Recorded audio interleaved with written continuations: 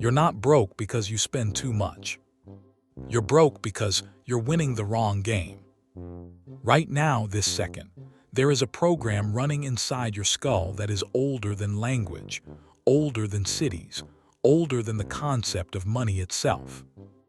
And every time you pull out your wallet, every time you tap that card, every time you upgrade something you didn't need to upgrade, that program is doing exactly what it was designed to do. It's keeping score. Here's the part that should make you deeply uncomfortable. The score it's keeping has nothing to do with your bank account. Saving money gives it 0 points. Your index fund quietly growing, 0 points. The credit card you finally paid off, 0. None of that registers, because that program wasn't built for the modern world.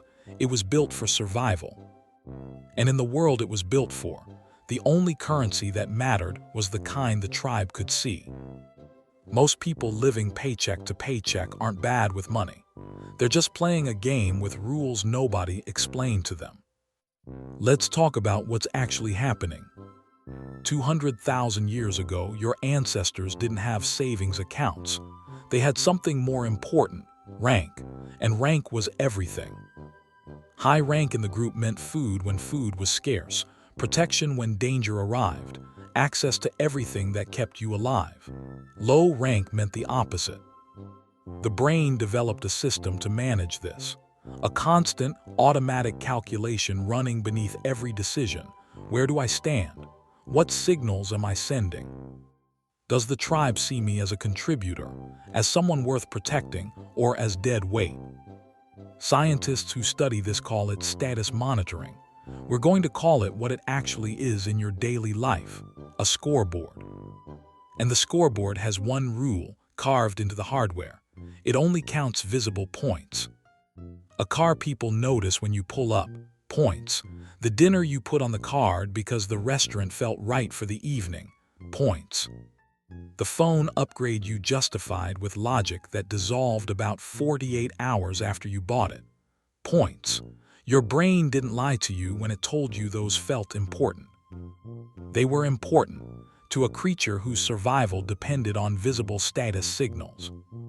The problem is that Scoreboard is now running in 2025, inside a body sitting in traffic, connected to a credit card with a 22% interest rate. And here's where it gets surgical. Your savings account. The Scoreboard doesn't register it. The money you quietly moved into your Roth IRA last month, invisible. The debt you paid down, the emergency fund you're building, the slow, boring, unglamorous work of actually accumulating net worth. None of it scores a single point, because none of it is visible to anyone. This is why people who genuinely want to save money, smart, educated, well-intentioned people, keep hitting the same wall. They try harder. They make new rules for themselves. They download the budgeting app, watch the financial content, feel motivated for 11 days, and then find themselves in a drive-thru on a Tuesday wondering what happened. What happened is simple. The Scoreboard won. Discipline fights the Scoreboard and usually loses because the Scoreboard doesn't fight fair.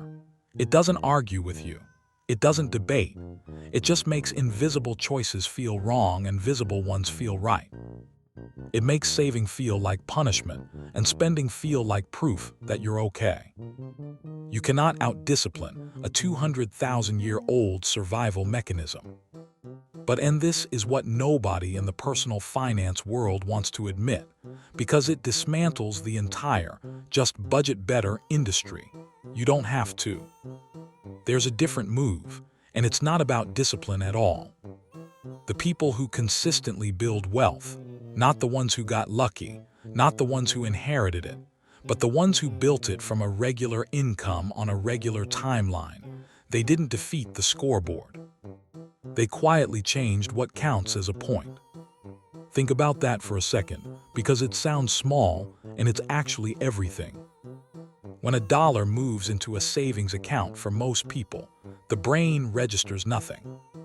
But for someone who has rewired the feedback loop, That same dollar moving into savings triggers a low hum of something that feels like status. Not dramatic, not a rush, just a quiet signal, I'm winning.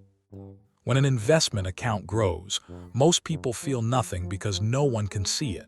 But the people who have reprogrammed the game feel the invisible accumulation as rank, as power, as a kind of social weight that doesn't need to be displayed because it's real. They didn't stop wanting to feel like they're winning. That would be impossible, it's biology. They just changed the definition of a win. Now here's the question that makes this uncomfortable to sit with. If you've been living paycheck to paycheck, if the number barely moves month to month despite everything you try, the honest question isn't, what's wrong with my budget? The honest question is, what is my scoreboard counting?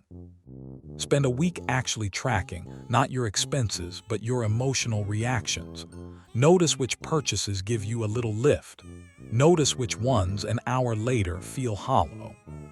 Pay attention to the ones that happen not because you needed something, but because something felt off and spending fixed it temporarily.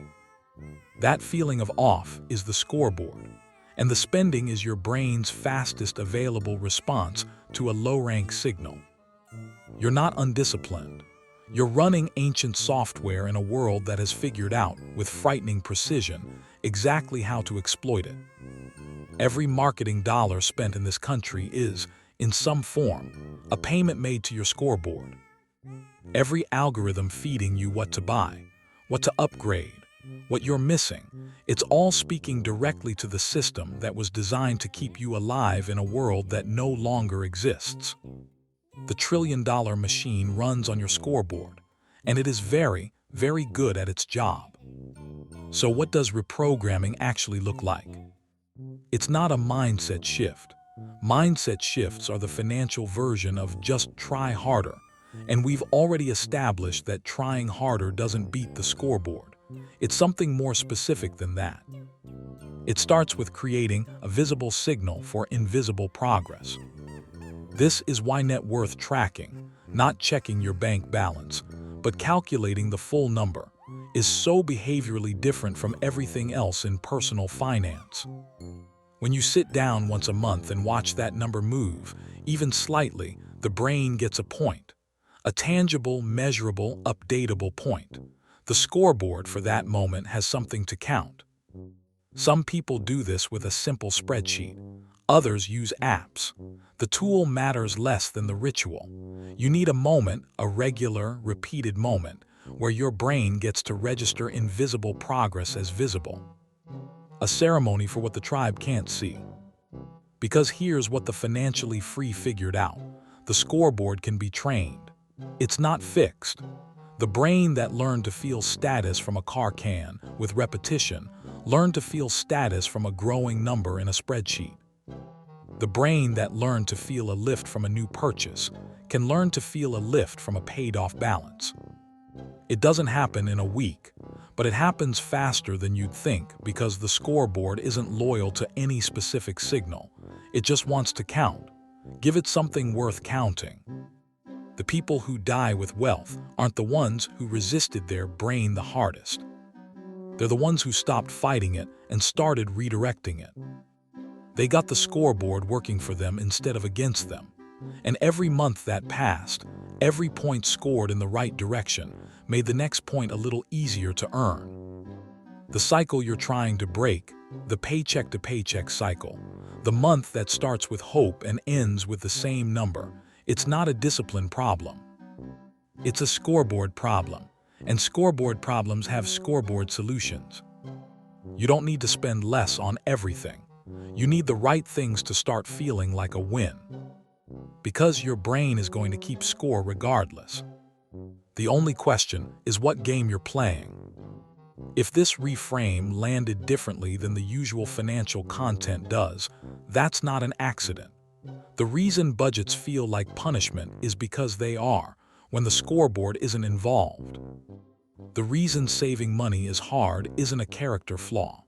It's a feature of hardware that was never updated for credit cards and lifestyle creep, and a world designed to keep you spending. You now know what's running in the background, and you can't unknow it. That's the start.